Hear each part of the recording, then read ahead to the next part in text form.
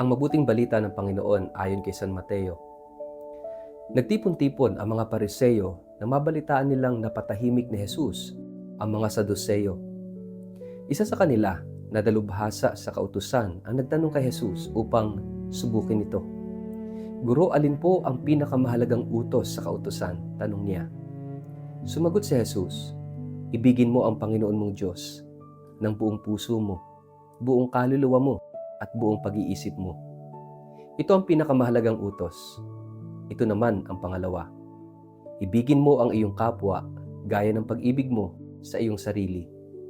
Sa dalawang utos na ito, nakasalalay ang buong kautusan ni Moises at ang katuruan ng mga propeta. Ang mabuting balita ng Panginoon. Word of the day, hear what God has to say.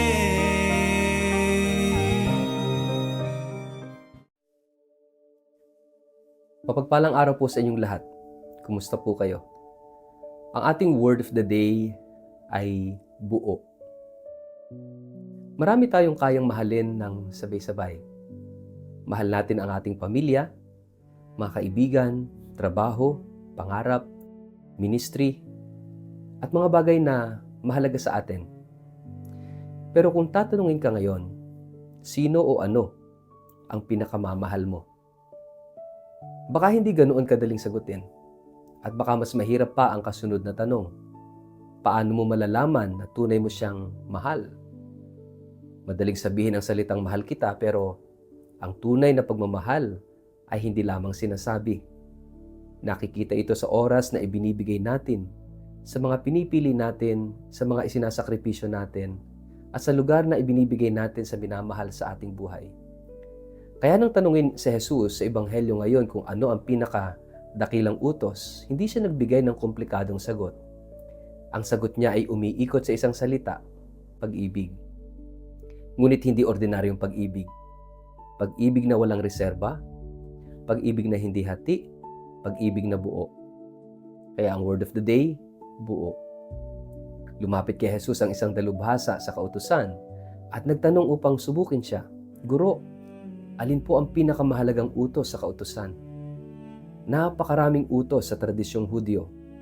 Kaya tila hinihingi niyang pumili si Jesus ng pinakamahalaga sa lahat. At sumagot si Jesus, ibigin mo ang Panginoon mong Diyos ng buong puso, ng buong kaluluwa, at ng buong pag-iisip. Pagkatapos ay idinugtong niya, ibigin mo ang iyong kapwa, gaya ng iyong sarili. At sinabi niya na sa dalawang utos na ito nakasalalay ang buong kautusan at ang mga propeta. Pansinin natin ang salitang paulit-ulit na ipinahihiwatig ng sagot ni Jesus. Buo. Buong puso, buong kaluluwa, buong pag-iisip. Parang sinasabi ni Jesus, kung mamahalin mo ang Diyos, huwag kalahati, huwag kapag convenient lang, huwag kapag kailangan mo lang siya, huwag kapag maganda lamang ang nangyayari sa buhay mo. Mahalin mo siya ng buo. At dito nagiging challenging ang Ebanghelyo dahil madali nating sabihin mahal natin ang Diyos, pero maaaring hati-hati naman yung ating puso. May bahagi para sa Diyos, may bahagi para sa sarili, nating kagustuhan, may bahagi para sa panalangin, pero may bahagi na ayaw nating ipahawak sa Kanya. May bahagi para sa Sunday Mass, pero mula Lunes hanggang Sabado parang tayo na ulit ang may-ari ng buhay natin. Sinasabi natin, Lord, mahal kita. Pero minsan may kasunod na kondisyon. Basta wag mo lang kunin ito. Basta wag mong baguhin ang planong ito. Basta wag mo akong dalhin doon. Basta ito. Lord, akin muna. Kaya baka ang tanong ng Ebanghelyo ngayon ay hindi lamang, mahal mo ba ang Diyos? Kundi gaano karami sa iyo ang ibinibigay mo sa Diyos. Kapag sinabi ni Jesus na mahalin natin ang Diyos ng buong puso, hindi ibig sabihin na wala na tayong ibang mamahalin. Sa katunayan, kapag tama ang lugar ng Diyos sa puso natin, mas natututo tayong magmahal ng tama sa ibang tao. Kapag ang Diyos ang sentro, hindi natin kailangan gawing Diyos ang asawa, ang anak, ang kaibigan, ang trabaho, ang pera, ang posisyon, o maging ang pangarap. Hindi natin hihingin sa kanila ang bagay na Diyos lamang ang kayang makapagbigay. At kapag hindi natin ginagawang sentro ng buong buhay ang isang tao, mas malaya natin siyang mamahalin. Hindi dahil kailangan natin siyang angkinin, kundi dahil gusto natin ang kanyang kabutihan. Kaya nga, ang unang utos ay pag-ibig sa Diyos. Ngunit agad itong sinundan ni Jesus ng ikalawa. Ibigin mo ang iyong kapwa gaya ng iyong sarili. Hindi maaring paghiwalayin ang dalawang ito. Hindi natin maaring sabihing mahal natin ang Diyos, ngunit kinamumuhian natin ang kapwa. Hindi sapat na mahaba ang ating panalangin kung maikli naman ang ating pasensya sa mga tao. Hindi sapat na palagi tayong nasa simbahan kung pag-uwi natin ay puro masasakit na salita ang naririnig ng ating pamilya. Hindi sapat na kabisado natin ang Bible verses kung ginagamit naman natin ang ating bibig upang manira ng kapwa. Hindi sapat na maraming religious posts ang nasa social media kung tayo rin ang unang nanghuhusga, ng lalait at nagpapakalat ng galit. Dahil ang pag-ibig sa Diyos ay kailangan magkaroon ng mukha. At kadalasan ang mukhang iyon ay ang taong nasa harapan natin. Ang asawa mong kailangan ng pangunawa, ang anak mong nangangailangan ng oras, ang magulang mong tumatanda, ang kasama mong mahirap pakisamahan, ang empleyadong nagkamali, ang taong hindi mo kasundo, ang mahirap na humingi ng tulong, maging ang taong nakasakit sa iyo. Madaling sabihin, Lord, mahal kita, dahil hindi natin nakikita ang Diyos ng harapan. Pero para bang sinasabi niya, kung gusto mong ipakita na mahal mo ako, mahalin mo ang taong inilagay ko sa tabi mo, sa harapan mo. Kaya nga dito pumapasok yung hamon ng buo. Dahil hindi lamang buo ang pagmamahal natin sa Diyos, dapat ding buo ang ating pagkatao sa paraan ng pagmamahal natin sa kapwa. Hindi yung mabait tayo kapag may nakakakita pero iba kapag wala nang nakatingin. Hindi yung mapagmahal tayo sa mga taong gusto natin pero malupit sa mga taong hindi natin gusto. Hindi yung generous tayo sa publiko pero walang oras para sa sariling pamilya. Ang pag-ibig na itinuturo ni Jesus ay hindi performance. Ito'y way of life, paraan ng pamumuhay. Pero may isang bahagi ng utos na minsan ay nalalampasan natin. Sinabi ni Jesus, ibigin mo ang iyong kapwa gaya ng iyong sarili. Ibig sabihin, may tamang pagmamahal din sa sarili. Hindi self-centeredness, hindi selfishness, kundi pagkilala na ikaw rin ay anak ng Diyos at may dignidad. May mga taong napakabait sa iba pero napakalupit sa sarili. Pinapatawad nila ang pagkakamali ng iba pero hindi nila mapatawad ang kanilang sarili. Naintindihan nila ang kahinaan ng iba pero kapag sila ang nagkamali, parang wala na silang karapatang magsimulang muli. Ngunit kung mahal ka ng Diyos, kailangan mo ring matutunang tingnan ang sarili mo sa paraan ng pagtingin niya sa iyo. May katotohanan, may pananagutan, pero meron ding awa. At baka ito ang dahilan kung bakit napakaganda ng pagkakasunod-sunod ng utos ni Jesus. Diyos, kapwa, sarili. Kapag natutunan nating tanggapin ang pag-ibig ng Diyos, natututo tayong magmahal ng sarili ng tama. At kapag natutunan nating mahalin ang sarili sa liwanag ng Diyos, mas nagiging malaya tayong magmahal ng kapwa. Dahil hindi mo kailangang gamitin ang ibang tao upang patunayan ang halaga mo.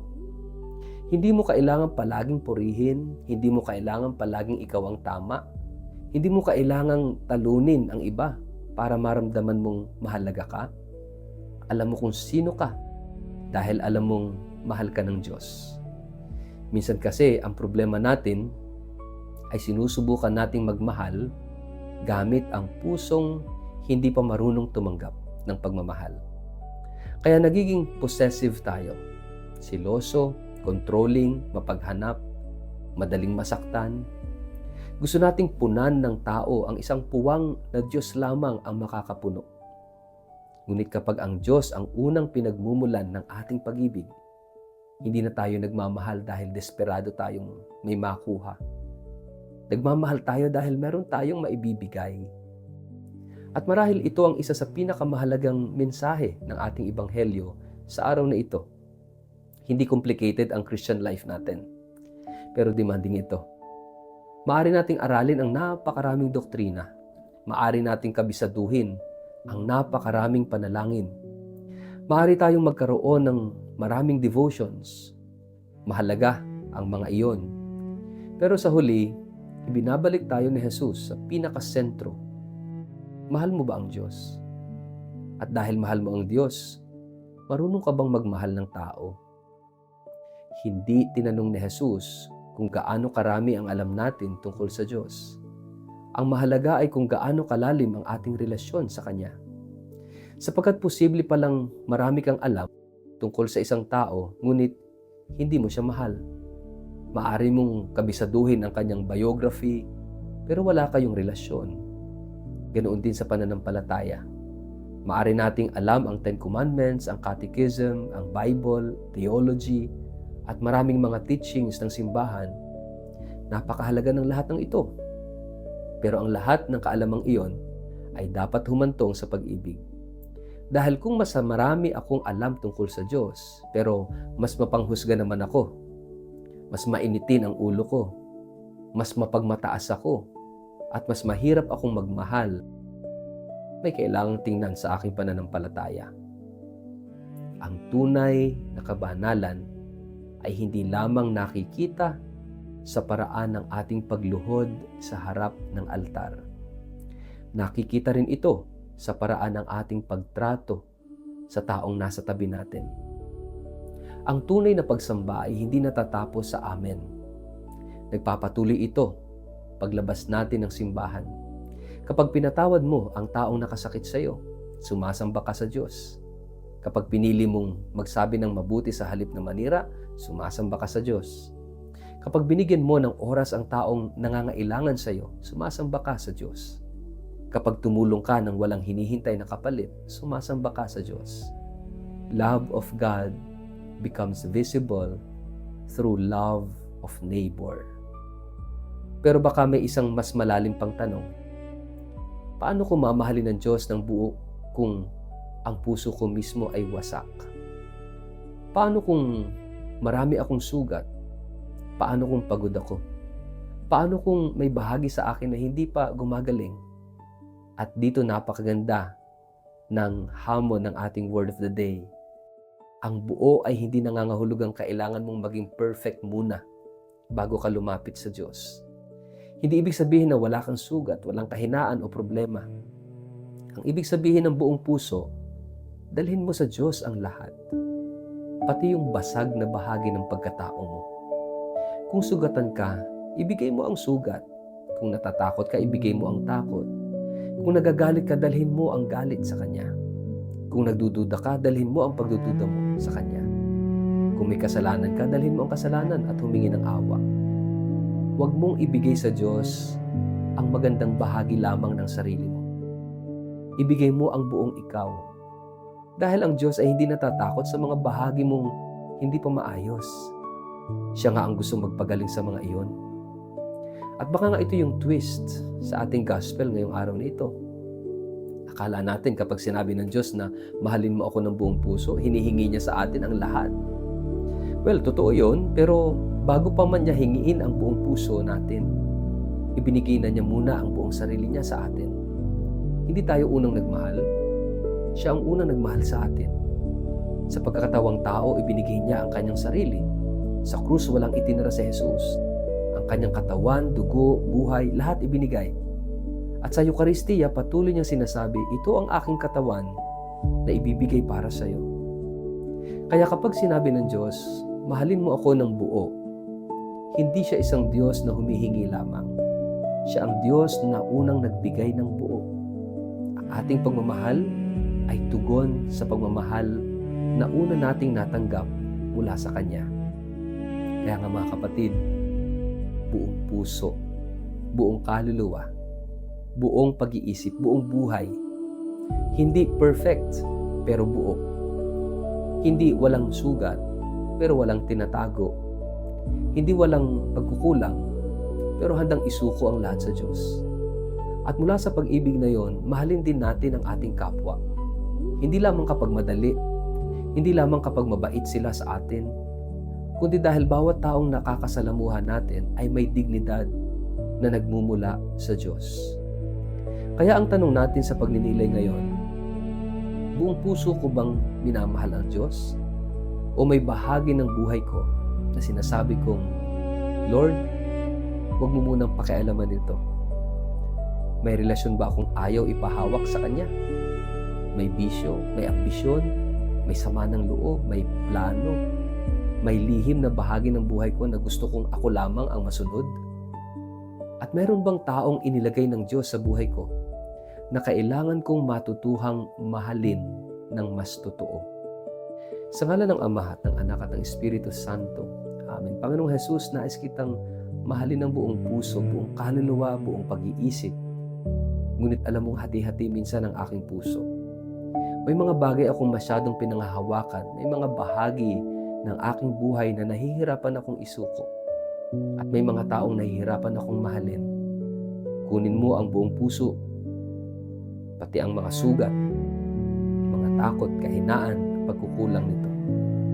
Turuan mo akong tanggapin ang iyong pag-ibig upang matutunan kong mahalin ang aking sarili ng tama at ang aking kapwa ng tunay.